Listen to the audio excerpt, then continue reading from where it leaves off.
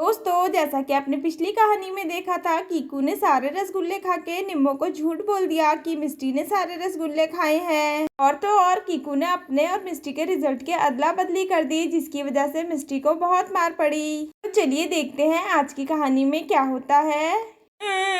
मैया मैया, मेरे 0 नंबर नहीं आए थे, मैंने तो 10 में से 10 नंबर आए थे। ये हमरे प्रभु, ये लड़की को ना जाने का हो गया है, अब देखो झूठ भी बोलने लगी।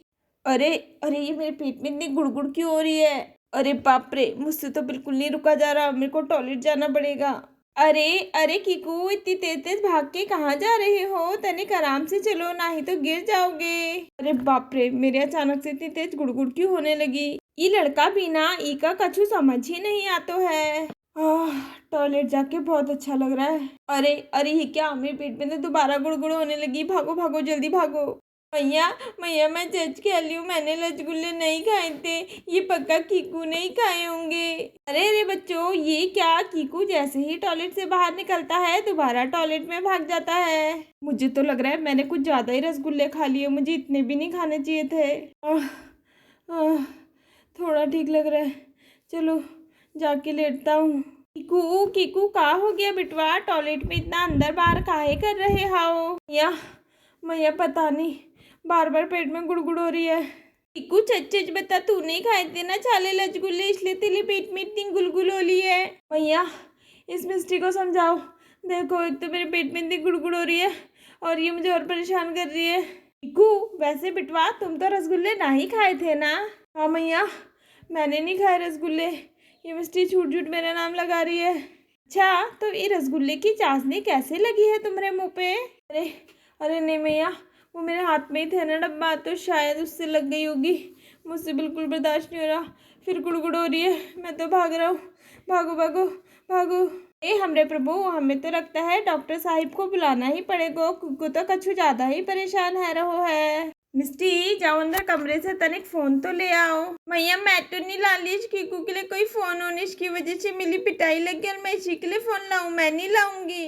तनिक देर रुक जाओ, हम डॉक्टर साहब को फ़ोन कर लेते हैं, उसके बाद बताती हैं तुम्हें। अरे बाप रे, ये रसगुल्ले तो सच में बहुत भारी पड़ गए मेरे को। और फिर वहाँ थोड़ी ही देर में डॉक्टर साहब आ जाते हैं। आइए आइए डॉक्टर साहब, देखिए ना, हमारे बेटे को ना जाने का है क्यों है। अच्छा अच्छा निम्मो जी, देखते हैं, परेशान मत होइए, सब ठीक हो जाएगा। हाँ तो कीकू बेटा बताओ क्या हुआ? डॉक्टर अंकल, मेरे पेट में बहुत गुड़गुड़ हो रही है। अच्छा, तो एक बात बताओ, तुमने कहीं गंदे हाथों से खाना तो नहीं खाया? नहीं डॉक्टर अंकल, वो तो ये मिस्टी खाती है कभी कभी, मैं तो बिना हाथ धोए कुछ नहीं खाता।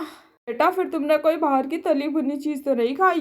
डॉक्टर अंकल, मैं बताती हूँ ना, मैया ने आज बहुत सारे रसगुल्ले बनाए थे, तो इस कीकू के बच्चे ने छाले खा लिए अकेले। अच्छा, तो ये बात है। अरे नहीं नहीं डॉक्टर अंकल, ये मिस्टी की बच्ची झूठ बोल रही है, ऐसा कुछ नहीं है, मैंने तो एक भी नहीं खाया। अच्छा सुनिए निम्मो जी, मुझे बीमारी का समझ नहीं आ रहा कि इसके पेट में आके इतनी गुड़गुड़ क्यों हो रही है। डॉक्टर साहब, आप ये क्या कह रहे हो? नहीं नहीं, घबराइए मत, ऐसे घबराने की कोई बात नहीं है। वो क्या है ना, ऐसे केस में जब हमें पता नहीं चल पाता किस वजह से पेट में गुड़गुड़ हो रही है, तो हमें 2 सुई लगानी पड़ती है। जैसे ही कीकू को 2 सुई लगेगी, वो तुरंत ठीक हो जाएगा। क्या क्या कहा डॉक्टर अंकल? 2 सुई? डॉक्टर अंकल, आप किसी भी चिल्ला मेरे भाई को ठीक कर दीजिए, आप 2 क्या उसे 4 सुई लगा दीजिए। मिस्टी की बच्ची चुप, तुझसे किसी ने सलाह मांगी है? 2 क्या 4 सुई लगा दीजिए। अरे नहीं नहीं डॉक्टर साहब, देखिए ना, हमारा बिटवा कितना छोटू है, 2 सुई नहीं नहीं, 2 सुई तो नहीं लगाइए। नमो जी, सुई से बचने का तो बस एक ही रास्ता था, अगर हमें पता चल जाता कीकू के पेट में गुड़गुड़ क्यों हो रही है, तो फिर तो दवाइयों से भी काम चल जाता। डॉक्टर अंकल, ऐसी बातें तो मैं बताता हूँ ना, क्यों हो रही है मेरे पेट में गुड़गुड़? क्या कीकू बेटा, तुम्हें पता है तुम्हारे पेट में गुड़गुड़ क्यों हो रही है? हाँ डॉक्टर अंकल, वो क्या है ना, मिस्टी बिल्कुल सही कह रही है, मैंने सारे के सारे रसगुल्ले खा लिए थे, इसी वजह से मेरे पेट में इतनी गुड़गुड़ हो रही है। देखा भैया, मैं बोलने ली थी आपसे, मैंने नहीं खाए रसगुल्ले, आपने तो बेमतलब कहीं मेरी चपट लगा दी। गु, अब सच सच ये भी बता दो, वो रिजल्ट तुम्हारा था या मिस्टी का था? अरे नहीं नहीं मैया, वो रिजल्ट तो मिस्टी का ही था, मेरे तो 10 out of 10 मार्क्स आए हैं। डॉक्टर साहब आप एक काम कीजिए, कीकू को पेट दर्द की तो सुई ना ही लगाइए, पर सच बोलने की सुई जरा लगाइए। अरे नहीं नहीं निमो जी, क्या बात कर रही हैं आप। डॉक्टर साहब आप रहने दीजिए, आपसे ना ही होगा, ई को तो इंजेक्शन हम ही लगा देती हैं। अरे नहीं नहीं मैया, मैं बताता हूँ, मेरे 10 में से 0 नंबर आए थे और मिस्टी के 10 out of 10 आए थे। वो क्या है ना, मैं डर गया था कि मेरे मार्क्स देख के आप मुझे रसगुल्ले तो देंगी नहीं, बल्कि मेरी पिटाई कर देंगी। इसी चक्कर में मैंने जल्दी जल्दी सारे रसगुल्ले खा लिए और वो रिजल्ट भी बदल दिया ताकि मेरी पिटाई न पड़े। हे हमरे प्रभु, ई लड़का भी ना, ई को तो हम नहीं छोड़ने वाली हैं आज। अरे निमो जी इतना गुस्सा मत कीजिए, बच्चे के वैसे ही पेट में बहुत दर्द है। चलिए मैं दवाई दे देता हूँ, इसे दवाई दीजिए, जब ठीक हो जाएगा तब पकड़ के इसे मारिएगा कूटिएगा।